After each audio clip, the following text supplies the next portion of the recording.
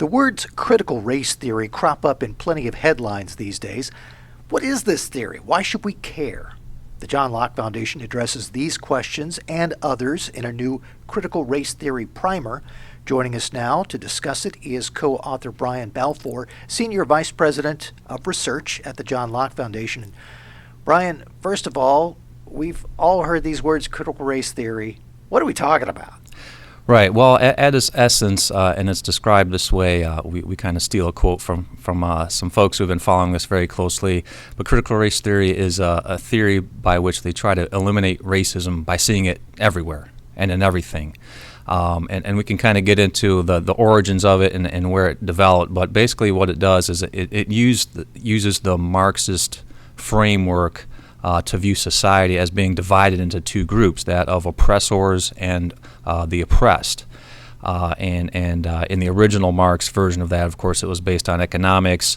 Class warfare. Class warfare, right. Your relation to the means of production. So they're the capitalist class that owned the means of productions, and then the workers that were supposedly the oppressed as the oppressed class.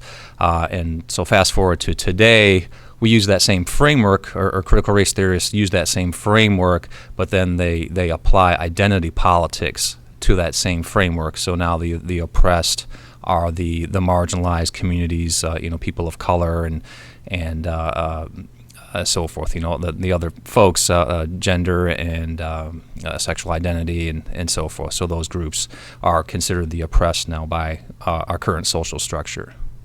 Now, I would suspect most people hadn't heard the words critical race theory until a few months ago, maybe a year or so ago. But in looking at the origins, this actually goes back quite a ways.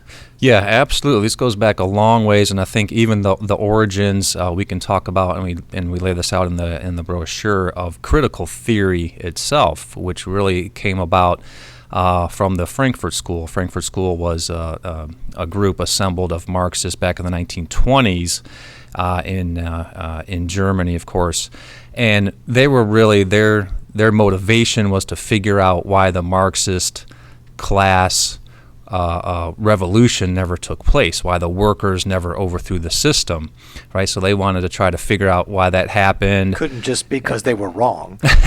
Right, yeah, exactly. They didn't want to give up. They still firmly believed in Marx's vision for society, the socialist utopia and everything, but they wanted to figure out why the workers did not bring about that revolution, and so they started to reevaluate just theory, how to apply theory, how to use theory itself, and so they created this new approach called critical theory. And basically what critical theory, how it differs is that it views society through this lens of how things ought to be versus traditional theory, which is just understanding how society really is. And so they view it through this lens of how society ought to be, and then they criticize society for how it falls short of what that vision is. Of course, that's through the eyes of the theorist, and of course it was created by Marxist theorists, so you can kind of fill in the blanks of where they're going to see society falling short of how they think society ought to be. So it's really kind of transformative of how to utilize theory. And then also, and they openly talk about this, is there's the activist component of critical theory. Their goal is not just to understand society, their goal is to transform society. And critical race theory is an eventual outgrowth of this critical theory? Right, and we kind of walk through that process in the brochure. Again, it's really critical theory meeting identity politics. And so we kind of fast forward a little bit, a couple decades later, into more kind of the 60s and into the 70s, and the Marxists, the socialists are recognizing, hey, the workers are just not going to lead the revolution. We need to target a new group to become the leaders of this revolution, to usher in our socialist society. And so then they made a conscious effort to start targeting different groups like minorities and other populations based upon their identity versus their economic status. We aren't going to have a chance in this interview to get into all of the elements of the primer, but What reasons would you give to the folks who are watching or listening to this about why it might be helpful for them to read this? Yeah, so I think it's very crucial and important for those who want to fight against CRT, to fight against critical race theory, to really understand it and to be able to articulate what it really is.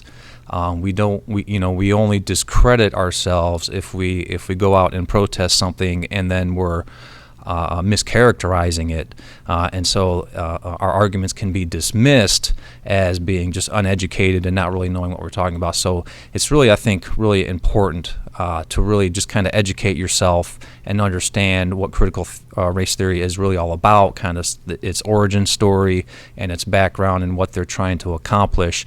And so that was really the reason we came up with this brochure. And it's digestible.